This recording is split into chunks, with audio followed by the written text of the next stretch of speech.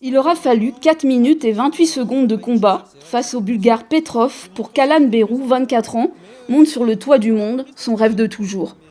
Par gourmandise, le public aurait préféré que cette affiche aille jusqu'à son terme. Mais l'essentiel est bien là, le Morbihanais est champion du monde. Avec 15 médailles ramenées de Corée du Sud, les Bleus égalent leur record historique de podium. Porte-drapeau de l'équipe de France, Martin Fourcade n'a pas raté ses jeux. Le biathlète y a décroché 5 médailles, dont 3 titres. Gabriela Papadakis et Guillaume Cézeron ont aussi brillé et remporté la médaille d'argent, à un souffle de leur rivaux numéro 1. Avec 20 médailles, la France termine 4e au classement des Jeux paralympiques. Parmi les porte-étendards de la délégation tricolore, il y a bien sûr la skieuse Marie Bochet qui repart avec 4 médailles, mais aussi le biathlète Benjamin Daviet qui a remporté 3 titres et 2 médailles d'argent. 2 ans après, le BBH remporte de nouveau la Coupe de France. À Bercy, dans une ambiance de dingue, les Brestoises écrivent une nouvelle page de la jeune histoire du club. Bercy c'est Brest, chantent les 2000 supporters à avoir fait le déplacement. Sur le fil, les Landernéennes battent Angers et accèdent pour la première fois de leur histoire au plus haut niveau du basket français, la Ligue féminine. Elles se jettent à terre, crient, chantent. Le coach a du mal à y croire, tout comme Marie Butard. Ça fait 8 ans que j'attendais ça, confie la capitaine, le sourire aux lèvres. À la surprise générale, Zinedine Zidane annonce qu'il quitte son poste d'entraîneur du Real Madrid. Et ce, 5 jours après sa 3e victoire consécutive en Ligue des Champions.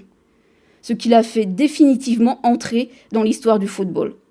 J'avais besoin de changements pour continuer à gagner, lance le champion du monde 98. Jamais dans l'histoire de la Volvo Ocean Race, l'arrivée n'aura été aussi disputée. Après 8 mois de course, la victoire de ce Tour du Monde en équipage se joue dans les derniers 1000. Skippé par Charles Caudrelier, Dongfeng gagne grâce à l'option du siècle. Avec cette équipe-là, je ne pouvais pas finir 2e, dit le Finistérien. Les Bleus sont secoués par la Croatie, mais à Moscou, la France finit par décrocher le titre. 20 ans après 1998, elle est de nouveau championne du monde. Après le 3-0 face au Brésil au Stade de France, la bande à Griezmann en passe 4 aux Croates, elle en encaisse 2 aussi. Kylian Mbappé, 19 ans et buteur en finale, est sacré meilleur jeune joueur du tournoi. Un Britannique, Geraint Thomas, en remplace un autre, en l'occurrence Chris Froome, sur la plus haute marche du podium des Champs-Élysées. Mais la Sky est encore au pouvoir. Dans le camp tricolore, il y a des satisfactions.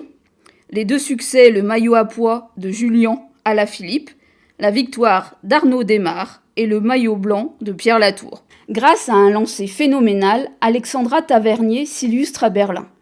La Bretonne d'adoption bat le record de France du lancer de marteau et décroche l'argent des championnats d'Europe. Autre résultat dans le camp tricolore, Pierre-Ambroise Bosse termine 3e du 800 mètres, tout comme Renaud Lavillenie en saut à la perche. Sur le 110 mètres haies, Pascal Martineau-Lagarde fait encore plus fort en s'imposant au terme d'un incroyable finish.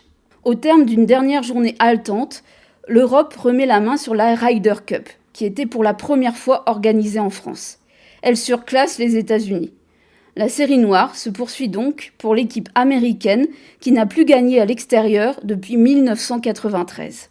Déjà finaliste en 2018 de 2 tournois juniors du Grand Chelem, l'Open d'Australie et l'US Open, ainsi que des JO de la jeunesse, la costarmoricaine Clara Burel remporte le Masters de la catégorie, ce qui fait d'elle la numéro 1 mondiale des juniors. La claque reçue à Nantes a été celle de trop.